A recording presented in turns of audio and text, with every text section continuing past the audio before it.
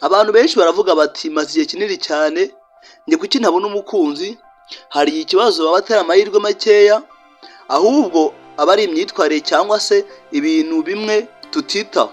Ni ukuvuga ngo kubona umukunzi bisaba kwiyubaka no kuba umuntu abandi bumva bakwiriye kwizera cyangwa se bumva bakwiriye kuba hafi.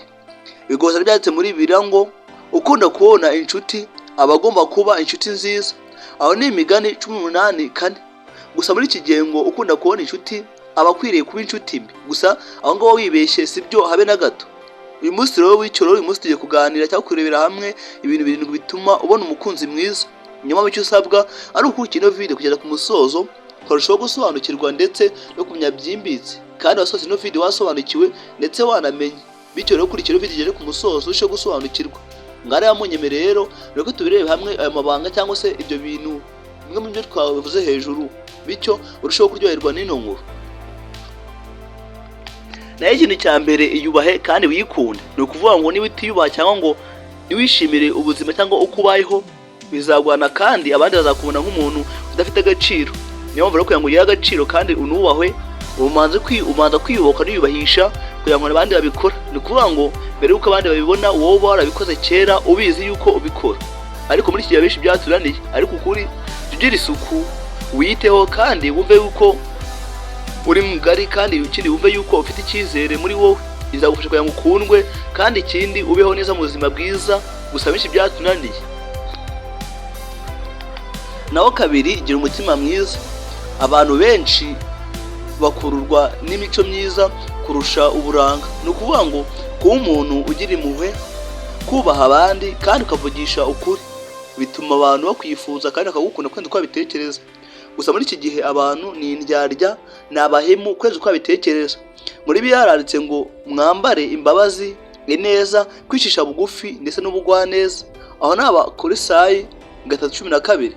Gusa muri iki gihe ngibe rwose nibikibaho, nubikora rwose uzasuzugurwa, bazakuzira, bazakwanga urunuka. Gusa ibyo ukora abandi bakurwanya nibyo biba bizima. Ukuri kuri ibintu byawe bisizeho umutima uzi ko bizakunda, uzi ko isaha ku isaha wabona birakunze. Icyo usabwa kudacika intege gukora ibyawe utuje. Gusa bishi byaturaniye. Naho gatatu, jya uganira n'abandi.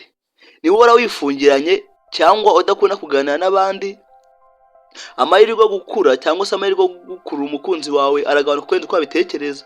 Ariko ukuri jya witabira ibikorwa bisa cyangwa kandi byiza, uhure n'abandi bantu bashya kandi ubaka ubucuti buhamye burambye, atari ubucuti bw'igihe gitoya cyangwa se ubucuti busenyuka mu gihe gito cyane.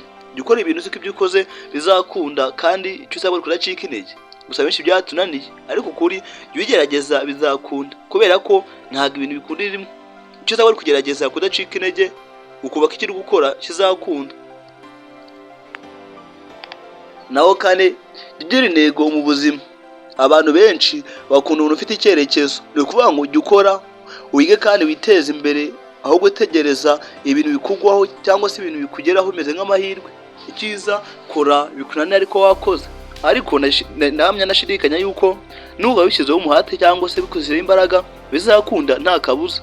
Icyo uzakora kudacika intege ugakomeza gukora uzi ko ibyo ukora bizakunda. Bityo bizagufasha gutera imbere kandi ugendeye mu murongo mwiza, ugere ku ntego wihaye, bityo iterambere rirambye rikugereho. Naho gatanu, irinde kwihutira urukundo. Ntukemere umubano uwo ari wo wose kubera ko muri wenyine, ahubwo fata umwanya wo kwemera neza cyangwa se wo kureba neza uwo ukundana nawe kugira ngo ufate icyemezo cyiza kandi kirambye kizagufasha kugera ku ntego wihaye kandi bitanyuze mu nzira z'amakuba cyangwa se z'ibyago.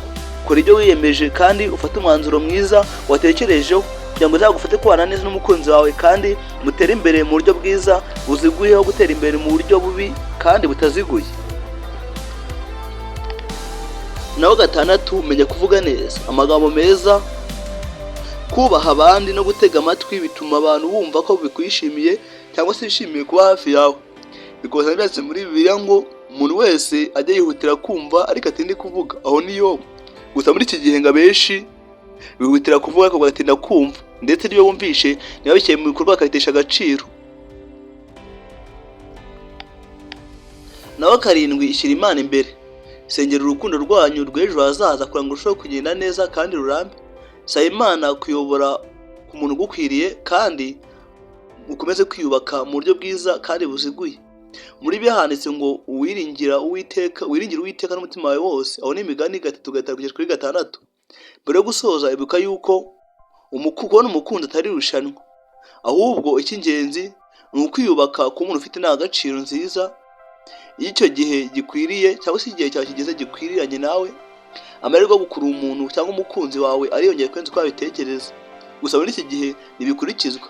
Murakoze cyane kuba mwakurikiranye inyigisho. Ibisanzwe ni Prince Umuragwa.